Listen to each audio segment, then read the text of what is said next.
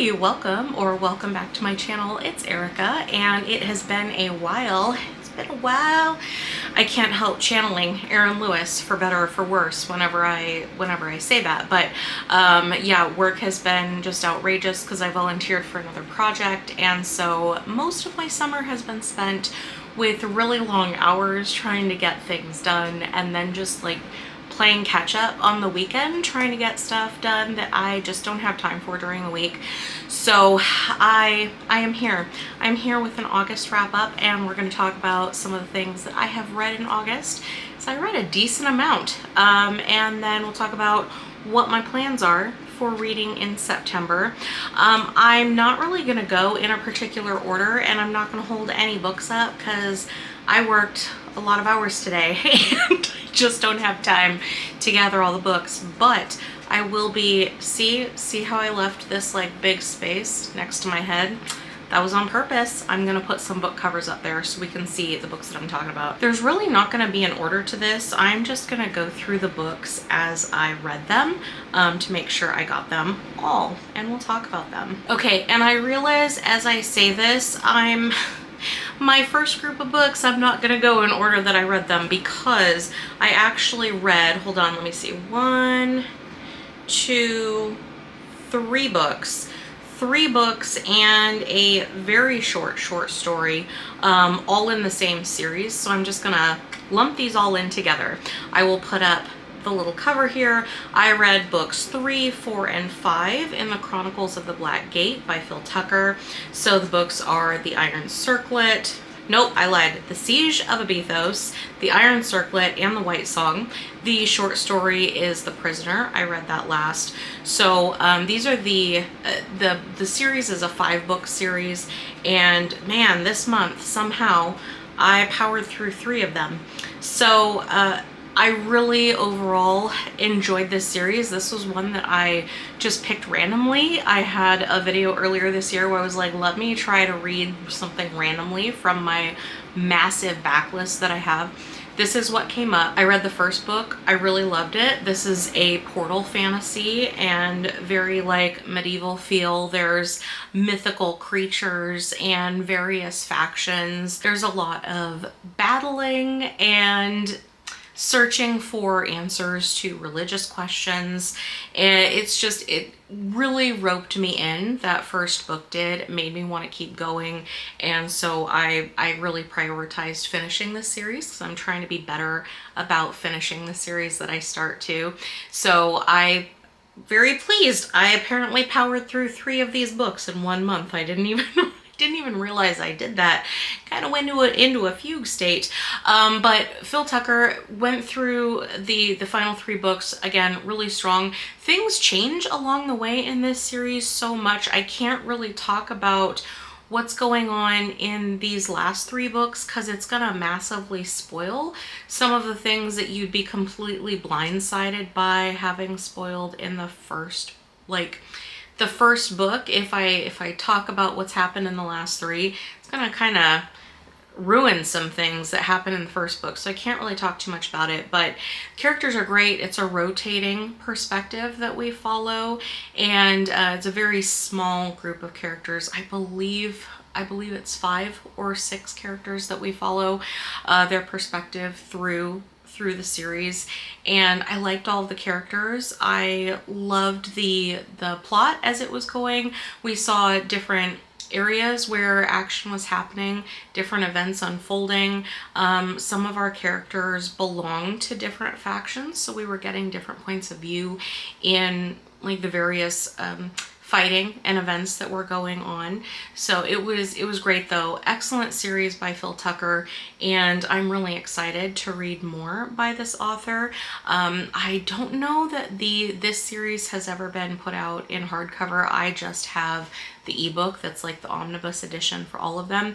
If they do make a hardcover, or if he does like any kind of like a Kickstarter special edition for this, I will absolutely buy it because I ended up enjoying this series. Overall, I would rate this series as like, I don't know, a strong like 4.5 as far as my enjoyment, the complexity, his writing, just keeping me interested, keeping me invested in the characters. I really felt like he developed the story well. over his books, the 5 books in this series, and yeah, I recommend it if you're looking for something that's, I don't know, not like a commonly recommended series to check out. This was great. The next book on my list, I did not actually finish this. In fact, one might say this is a DNF, and this is a popular book, and I'm just gonna put it up here. It's Bunny by Mona Awad, and man, I have had this on my list probably since close to when it was published. I don't know, just haven't gotten around to reading it until now. Well, I finally did, so I was going to try to read it for Reddit Fantasy Bingo for one of the prompts. I just really didn't connect with this book in any way to make me want to keep going. I got maybe like 15% of the way in, and I was just bored. I wasn't interested in any of the characters or what was happening with any of the characters or what might happen with any of the characters. The writing was fine, and I could see why many someone's, this book, like I said, it's extremely popular. I could see why people are interested in this book, because you could tell right from the beginning that there's something like unsettling going on with the group of women that our main character is at school with. There's something odd there, and you don't quite know what it is, but just something about it I wasn't interested enough to keep reading to find out. So I DNF'd it. I don't foresee myself going back to it. The next one I read was Percy Jackson and the Titan's Curse. I believe this is book 3 in the Percy Jackson and the Olympians series. I really enjoyed this book as well. What did I rate this? I rated this a 4-star. I read this in, I feel like maybe 1 or 2 days. I don't know.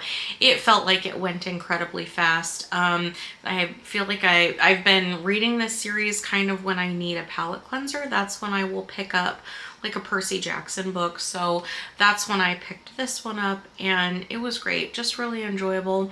I'm absolutely going to continue with the series, and I'm really interested to see more leaning into, and I feel like I've said this before, maybe in the last book, like the overarching story that's happening with like Percy versus the antagonist is really interesting to me. I hope it goes more like harder into that for the last 2 books in this. What I will probably do is I did this for the first book too. I don't know that I did this for the second book, but what worked really well for me for book 1 was physically reading the first book, and then when I'm ready to read the next book, going back and listening to the audiobook of the first one is like a refresher to go in, because they are so short, and man, so much is forgettable. So that's kind of what I'm planning to do before I start book 4. I'm not sure exactly when I'll start book 4, whenever I need a palate cleanser, but between now and that time, I will probably listen to the audiobooks for 1 through 3 just as like a catch up, so that I am right on top of all the details when I go into book 4. It's also been working out really well for me that way with audiobooks, because like I do really well with like my reading comprehension to physically read a book. That's my preferred style to take in a story. But there's some really great audiobooks out there too that I want to be able to enjoy. So it's kind of been a way to like kind of train my brain to get more used to listening to audiobooks, is to listen to ones for books that I've already read and try to get into it that way, and it's been working really well so far. So that's my plan with Percy Jackson. And what is the next one that I read here? Oh, okay. Next one that I read was Minor Mage by T. Kingfisher. What did I rate this one? Oh, I rated this one a 5. I'm at the point where I'm like, man, everything T. Kingfisher writes that I have read, I really connect with it. And I just find it to be so enjoyable to read what she writes. And this was a short story. I think it was less than 200 pages, and it went so fast. It follows, it's a standalone. It follows this boy, I think he's maybe 12, and about 12 or so, I think. And he's a mage, but just a minor one. He only does a little bit of magic. And he is the mage though for his village. there ends up being like a drought in his village, and it's like farmland, and of course like everybody needs water whether you're a farmer or not. So his village is super concerned, he's super concerned. They basically force him to go on this quest to bring the rains. He's like, guys, I was already gonna do this, like, but you're being super rude. But anyway, he goes on this quest to bring back the rains to his village, and that's what the story is, following him on this short quest. And man, T. Kingfisher just has a way of bringing you into a story. And really, I love that she does like these fairy tale setups where it would be like a fairy tale prompt, and you might think, oh, I can kind of guess where, you know, where this might go, except she does things where it's like you have no idea. You have no idea where the things are gonna go that she comes up with, and I just love that that's really unexpected. And I actually have so I'm participating in Reddit Fantasy Bingo again for this year, and one of the books that I'm planning on reading for one of the squares is a T. Kingfisher, and I believe the one that I'm planning to read is Wizard's Guide to Defensive Baking. I believe that that's the one that I've got selected. So I don't know exactly when I'll be reading that, but it's going to be by March 31st of next year. I will be reading that. Most likely will be my next T. Kingfisher. Okay, the next one that I read was when I was a kid. This was one of my, I don't know, for like a year or two, this is one of my favorite books. I must have read this book like at least 10 times as a kid, and that was the Dollhouse Murders by Wright. And man, if you've read this, you know exactly why this was one that I read over and over. It really creeped me out when I was little, and so I was like, yeah, you know what, I'll read it now. Just I'm gonna see how it holds up. And man, this one still had some creepy stuff in it. And frankly, reading Wright as an adult, because I've read like 2 other books of hers in like the last year, books, because I read like all of her books when I was a kid. And so I was like, let me revisit it. It only takes a couple of hours to read one of hers. So it really, as an adult reading these books, you see she's exploring some, or portraying, I guess, children in really unhappy home situations. And I don't know if I recognize that as a kid or not. I don't know, in my own like unhappy home situation as a kid, did that register? Maybe it did, I don't know, but it's so stark to me as an adult, like seeing, it's like a common theme in this author's children's books is that the home life of these children is not very great for the kids. So I don't know, it's been interesting to revisit this author as an adult. I don't know if I'm gonna read any more of hers now as an adult. Like I said, I've read like 3, and this was the one that I really wanted to revisit, because man, I was obsessed with this book for, I don't know, 2 years, probably like maybe like 2nd and 3rd grade as a kid, like just obsessed with this book. And I just wanted to see how I would feel as an adult. Still creepy. There's still some creepy stuff in this book. I could see why it was so popular with like the other millennials in our childhoods, because yeah, there was some creepy stuff in that. The next one, I'm very excited. This series I am now obsessed with, just like everybody else. So Dungeon Crawler Carl is the series. I read the 3rd book, the Dungeon Anarchist Cookbook. So the 3rd one is what I read. I am thoroughly obsessed with this series. I got to meet Matt Dinniman when I went to Comic-Con. It was great. He signed like my indie paperback for the first Dungeon Crawler Carl. I took that with me because it was like, okay, if there's one thing I'm gonna do at Comic-Con this year, I'm gonna get Matt Dinniman to sign my book. And I did, and it was fantastic.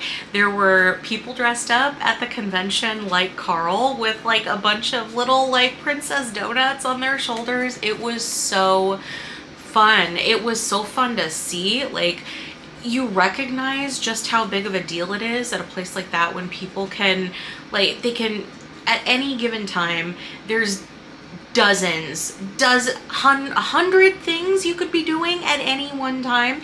And Matt Dinniman was on 3 different panels. He had a couple of signings in the autograph pavilion area, and like, this dude was so popular, and it was so nice to see this author get like this huge fan base show up when at the convention you could be doing any of these other things, and we all just showed up for him, and it was a really good time.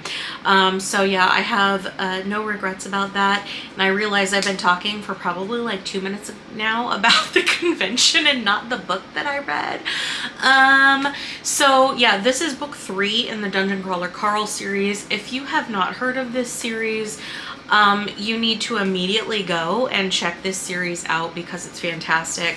But we follow our main character Carl. He's minding his business one night where his soon-to-be ex-girlfriend's cat jumps out the window. He runs outside in like his boxers and a leather jacket and these pink Crocs that belong to his soon-to-be ex-girlfriend. Runs outside to try to get this cat out of the tree because it's like cold and he doesn't want the cat to run off.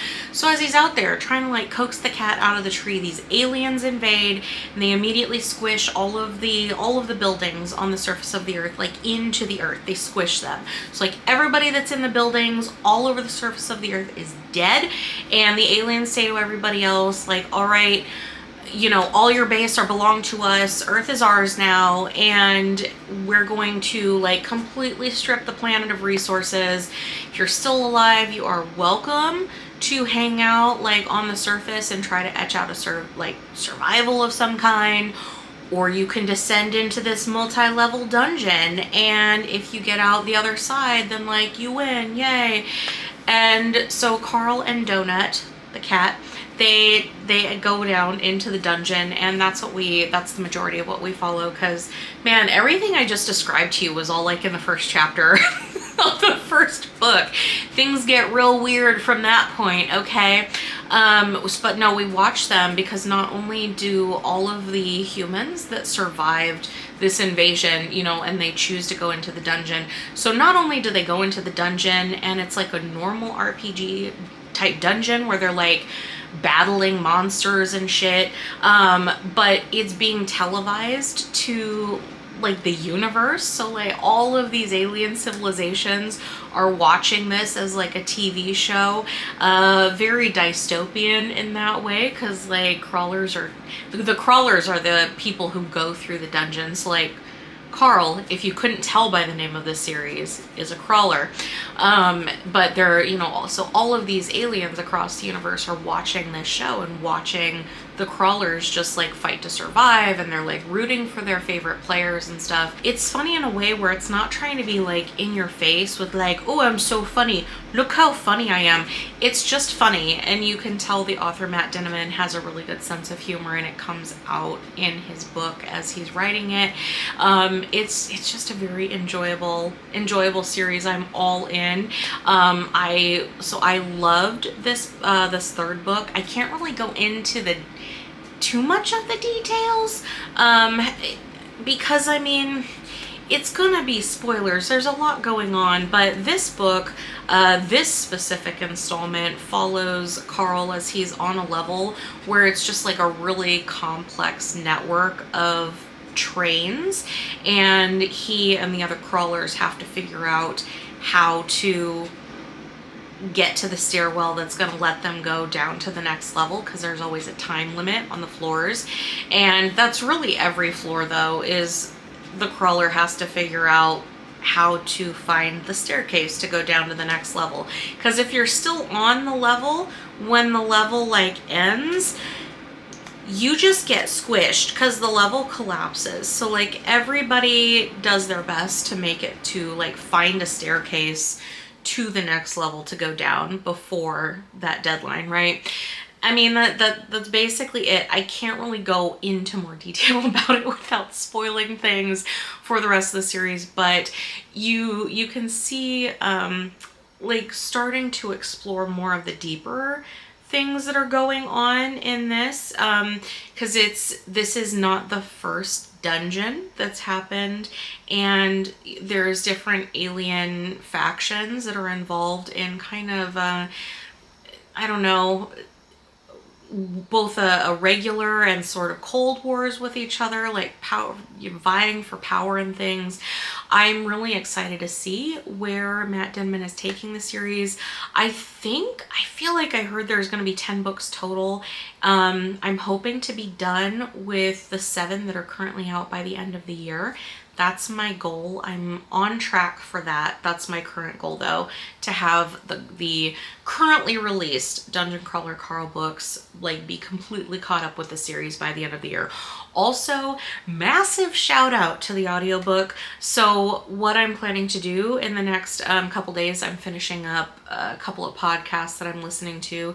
But after I'm done with that, I am going to start the 3rd Dungeon Crawler Carl audiobook. The audiobooks are incredible. Jeff Hayes does the narration for the books. He does all of these distinct, perfect voices for the characters. It's so good. And like, I'm not a person that I listen to a lot of audiobooks, but I can say when I listen to the Dungeon Crawler Carl books, and yes, I have already read the physical books by the time I'm listening to the audiobook, but still, like, I can follow along perfectly with the audiobook because it's just so well done. The narration is so well done. When you're listening to it, you would think that it's a full cast doing the audiobook, but it's like one dude. And I think they do have a full cast audiobook of maybe a couple of them, but like the mainstream audiobooks that are available for Dungeon Crawler Carl, it's just one dude, Jeff Hayes, and he's incredible. So yeah, overall, this book I rated as, I think, a 4 or a 4.5. Let me see. I rated it as a 4.5. I really liked this one. I loved the complexity of the level itself, and I think the author did a really good job wanting you to feel confused. Also, just like the players are as they're going along, like, you're supposed to be confused, and he's going to like bring everything together for you by the end of the installment, and I thought he did a great job. I'm extremely excited to continue this series, and I don't know what I'm gonna do when all the books are finally like written and published. I will read anything Matt Dinniman writes, and I just can't recommend enough Dungeon Crawler Carl. I completely understand why this series is getting so much hype, and it deserves all of it. Like, it's just so enjoyable to read, and I can't recommend it enough. All right, next up, well, let me look at my little list. Next up, all right, this was one I was really looking forward to as well, and I did not like this book. I listened to The Queens of Crime by Marie Benedict. I borrowed this one from my library. This one had like a really long wait list. This I had been, I feel like this was an anticipated new release for me for this year. I feel like I had it on my list of anticipated new releases. So, okay, I need you to understand, Agatha Christie is one of my favorite authors of all time. I've been reading Agatha Christie since I was a small child that was probably way too young to be reading about murder, but I was, okay? Like, I love detective fiction, and so I was so excited for this book because Agatha Christie and Dorothy Sayers are supposed to be like 2 of the main characters in this book that we follow. And man, I was really I finished this book begrudgingly. If I had been physically reading this book, I would have DNF'd it. But because like it was an audiobook, so it was like I could just mindlessly listen to it, I just let it play to the end, to the bitter end. I let it play. I rated it 2 stars. So it's supposed to be following, why it's called The Queens of Crime is because the main characters in this, which I feel like there's like 5, that's how disinterested I was in this. I can't even remember how many main characters there were in this little group. I feel like it was 5. But basically, so in real life, there was a detection club that like Agatha Christie, Dorothy Sayers were part of. These authors, these crime authors that wrote detective fiction, and they had standards for and like rules that they came up with for what you need to do to write an effective and fair detective novel. And so in this book, it's involving the detection club, except it's centered around a little subset of the detection club, like the women in this group, because like it's a boys club and they don't want to like involve the ladies in it, which look, I can believe absolutely, because this takes place in like the 20s or the 30s.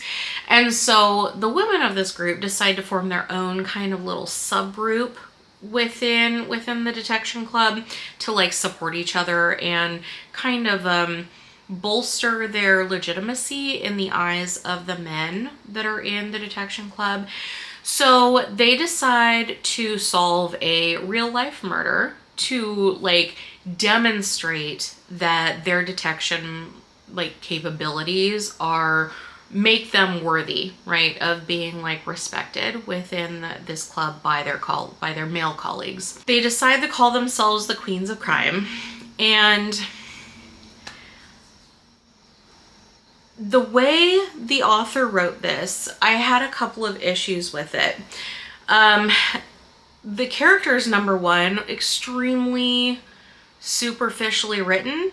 I did not feel like any of these women were like real, or, which obviously, look, they're not, like they are in real life, but like we're reading historical fiction, right? Obviously these are not real people that we're dealing with, but they were written in such a way where it was like, I don't even know who these people are, and I kind of don't care either, which is wild to me because, again, Agatha Christie, one of my favorite authors for like over 30 years now, for me to be to the point where I'm like, I just don't care about this.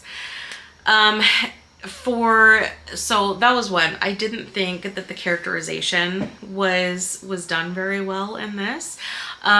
Secondly, so this is like a historical fiction mystery, right? And I like historical fiction or historical anything. Like I enjoy it.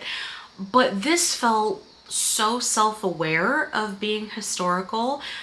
So the narrator throughout this book is Dorothy Sayers, and it felt like both she as the narrator and the characters as they're like having dialogue were all very aware that they're in a historical setting rather than a current or modern to them setting.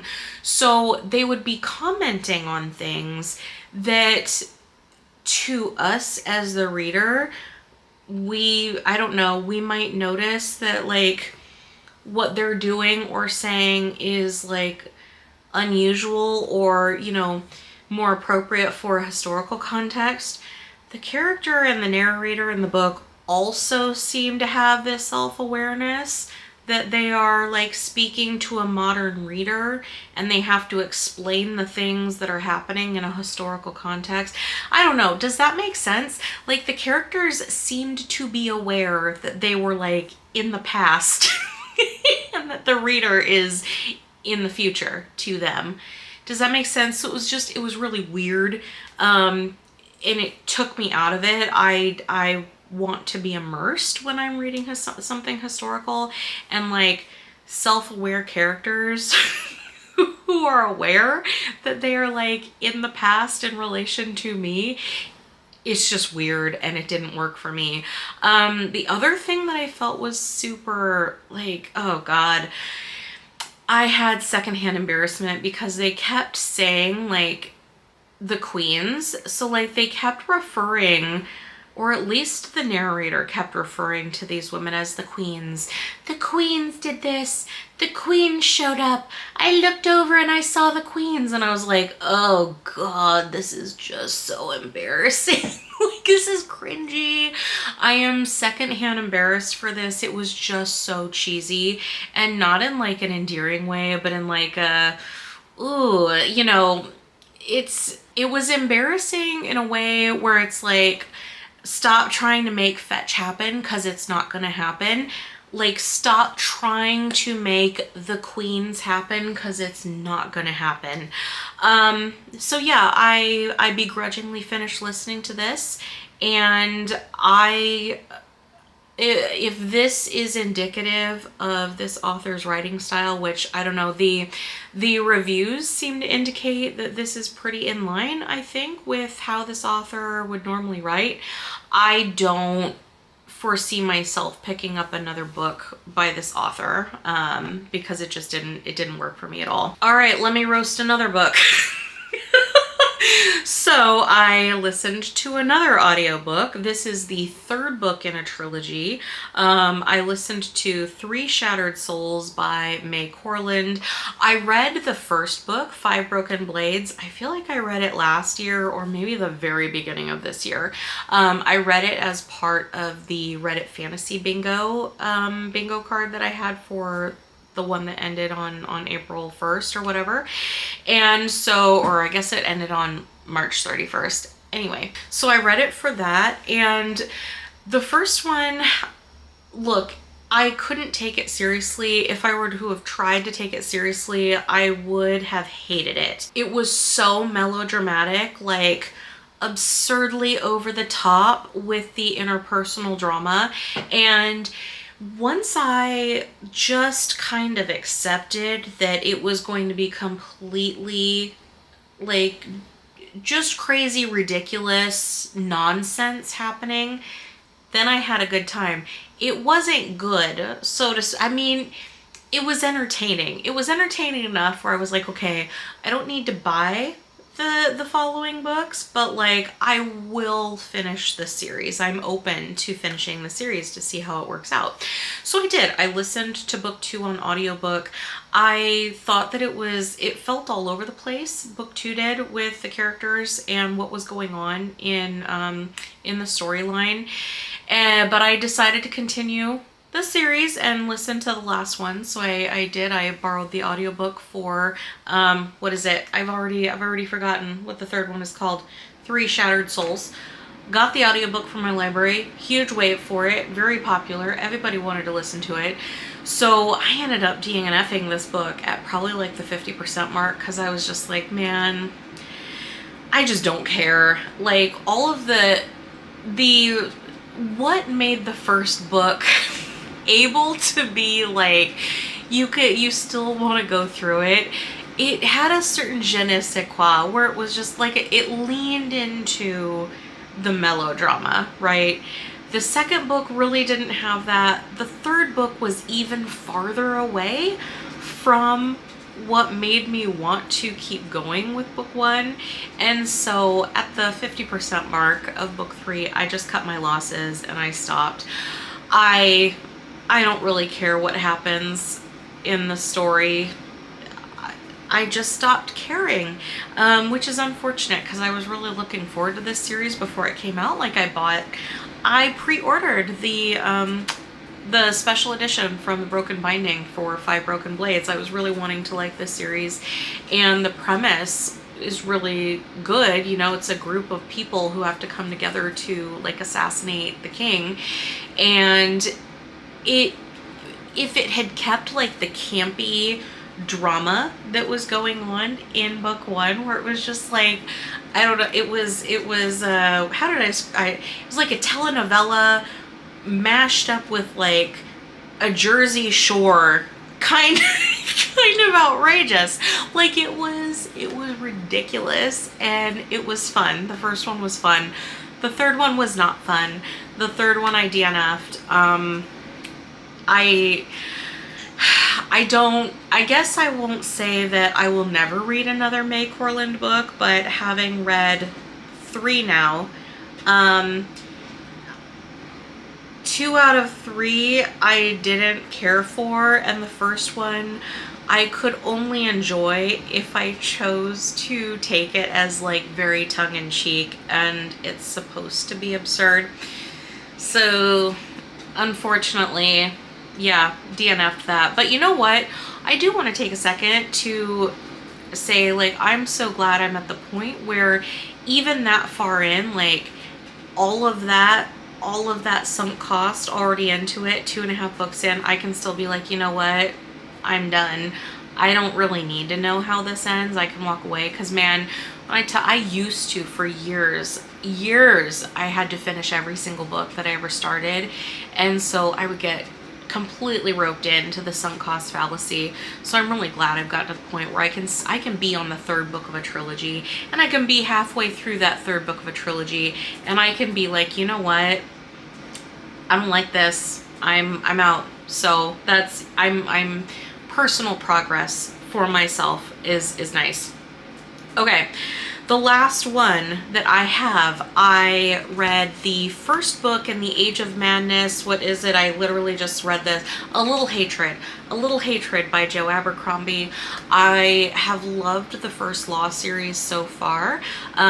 This is the 3rd and final trilogy, at least for now. I feel like I recently read that Joe Abercrombie is going to write more books in the First Law. For right now, this is the 3rd trilogy. This is the first book in the 3rd trilogy, and it takes place, I want to say, maybe like 30 some odd years after the events of the First Law trilogy.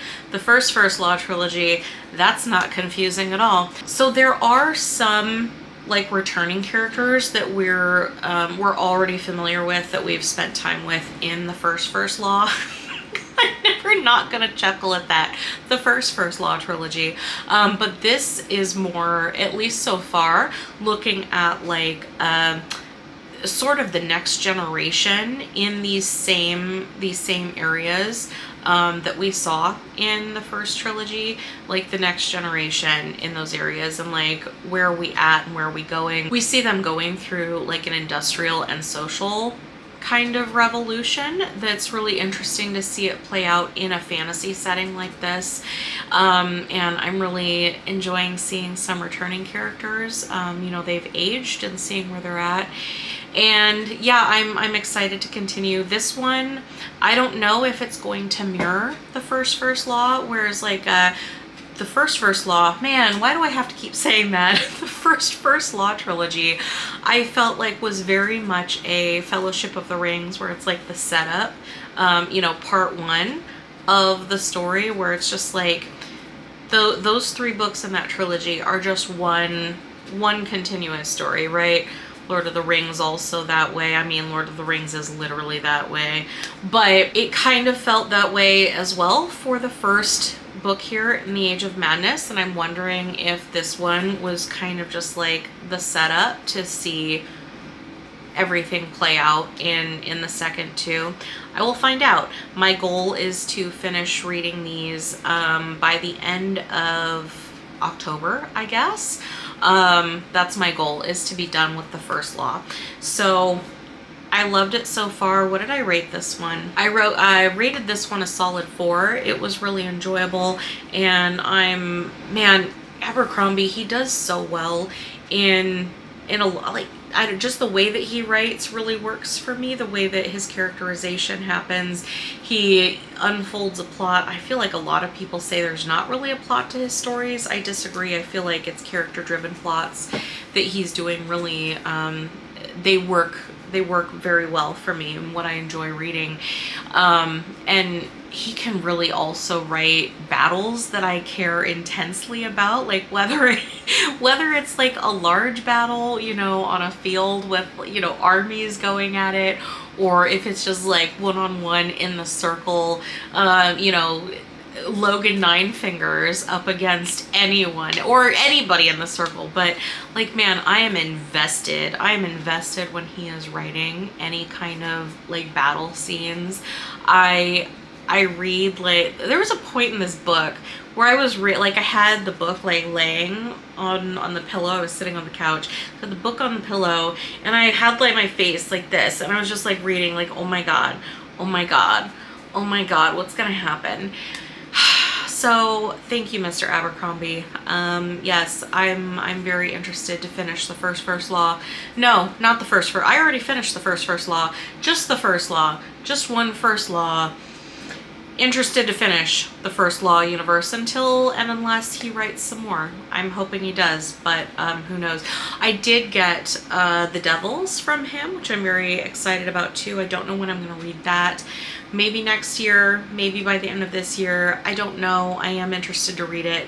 We'll see, but I need to finish the First Law first. That's my priority. So, what am I reading right now? Right now, I am reading the second book in, it's something like the Lamplight series. It's by Morgan Stang. I'm reading book 2, Murder on the Lamplight Express. I read the first book in this series, which was Murder at Spindle Manor. I feel like I read it last year sometime. Really enjoyed it. It was like a murder mystery, but in a fantasy setting. And so I had a lot of fun with it. And I believe there's 3 books in this series as of right now. If I had to guess, I have no idea, but it's probably going to keep going. I feel like the premise and the characters that the author has created make it really easy to just continue this as a series. So I'm hoping that it keeps going. I'm in the middle of the second book though, Murder on the Lamplight Express. It's really fun. It's basically Murder on the Orient Express, but in a fantasy setting with the same characters. So I'm having a lot of fun with this. I imagine I will probably be finished with it by the end of the month. It's my my ebook that I read like as I get into bed, like about to fall asleep. So it goes a little bit slower, but yeah, I'm very invested in it. What I am actually going to start reading in just a little bit here this evening is, God, I had to think of it, The Devil by Name. The Devil by Name. So I'll put it briefly up here so you can see the cover.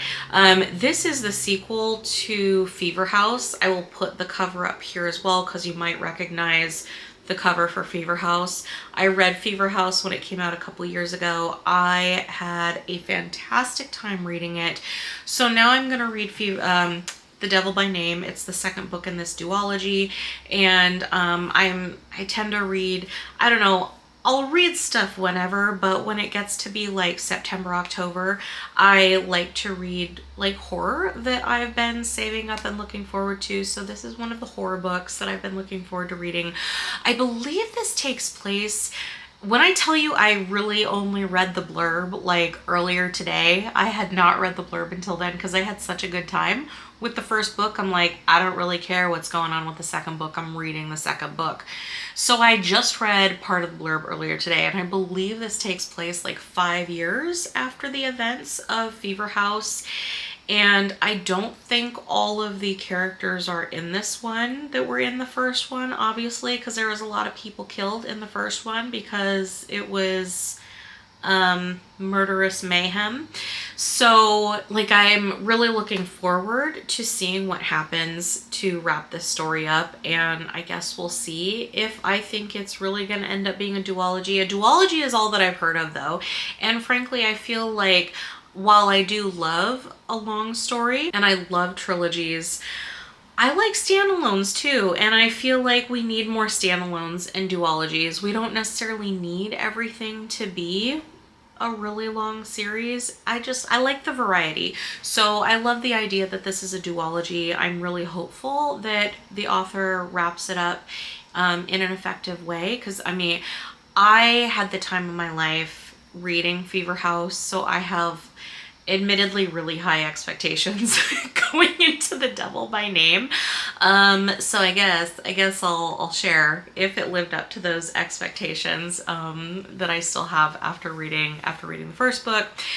And then what else? Let me see. So there's 2 more that I want to try reading by the end of September. So I want to finish The Gate of the Feral Gods because I want to be on track to be all caught up with Dungeon Crawler Carl by the end of 2025. So if I read 1 book per month, I will be completely caught up to the published books by the end of 2025. So Gate of the Feral Gods is on my list to read by the end of September. Very excited. Book 4, no idea what the premise is aside from it is book 4 in the Dungeon Crawler Carl series. And The Trouble with Peace, which is book 2 in the Age of Madness by Joe Abercrombie. Have not looked at the blurb. Don't even care what this is going to be about. It's a sequel to a Little Hatred, right? That was the one. Yes, A Little Hatred. Other than that, don't know. There was some stuff that happened in A Little Hatred that I can't really talk about, but like some important things happen in there. No shit, right? It's a book. What some unimportant things happen happen in this book. So some important things happen in A Little Hatred that I can't really get into because it's going to completely spoil important things in that book. But these important things that happened, I feel like are going to launch book 2 into a different direction. That's why I'm like, I feel like it might mirror kind of how the first law, we're back to that, the first law trilogy happened, where it was like the first book was a setup, and then we kind of went in a way different direction with the second 2 books. Things just took off. I feel like that's what's happening again, but I don't know for sure because obviously it was a long time between when Abercrombie wrote the first law to when he wrote The Age of Madness, and I don't know if he was doing the same thing again or not. Time will tell. I will know soon, but that's just kind of the feeling that I get. And then as far as September, that's really all that I'm like really wanting to get done by the end of September. There's other books where like, because I'm doing Reddit fantasy bingo again, so I've got my fantasy bingo books, which I'm planning to do a video update on like where I'm at with my bingo reading for the year. So I've got those books that I need to read, and like the deadline is March 31st of next year. So obviously I've got some time, but I don't want to save it all to the last minute. So I'm trying to be mindful to like fit some of those books in whenever I can. I'm also still really prioritizing series reading, like trying not to have just tons of series ongoing. I'm really making a conscious effort to bring my series count down, my series count space down. I really want to get it down as low as possible. Like my goal would probably be maybe like 5 ongoing series at any given time, and not including series that I'm caught up on, but just maybe waiting for like the next books to be published. Like that I'm fine with leaving open-ended, but like books that I'm in the like series that I'm in the middle of, that the books have been published but I just haven't read them, like those kinds of series, I want to bring that down to like maybe 5. So I've got a little ways to go, but I made a ton of progress this year, and I'm planning to do an update video on that, talk about where my series reading is, because I've really prioritized it.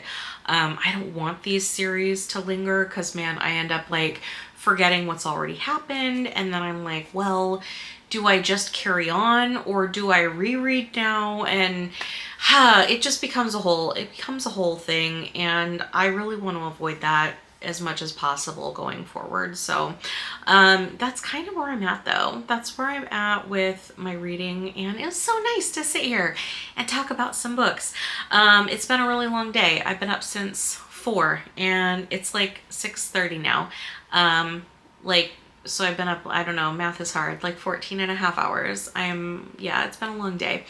I don't know how often I'm gonna get to publish new videos, because my schedule is fluctuating. So I'm gonna do my best to just like film and edit whenever I can, and not really have a set schedule. My preferred schedule for publishing would be like at least once a week, on the same day, but with how unpredictable things are for me with work, I just don't know how I can realistically make that happen without like cutting into sleep or or things that I have to do, like have to do at home or have to do in my personal life. Like I would have to cut those other things, and I just don't think that I can, unfortunately. So I'm gonna do my best though, because I really like talking about what I'm reading, and I love watching what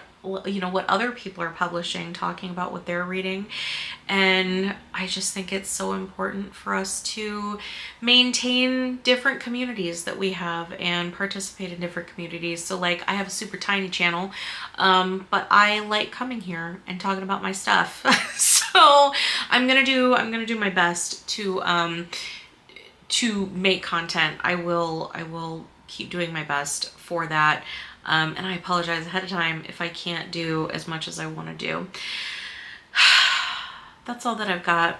That I feel like I didn't even think I was talking for that long, but like this video is a lot longer than I thought it was gonna be. My neighbor's chosen right now to be creeping out in the backyard, like right next to my house. All right. Anyway, that's all that I've got for my reading today. Have you read any of these books? Are there books that you've been reading lately that you're excited about, or upcoming books that you're excited about? Let me know. Let me know what your thoughts are. Thank you so much for coming by. I always appreciate it. Please remember to like this video and subscribe to my channel, and I'll see you next time. Thanks.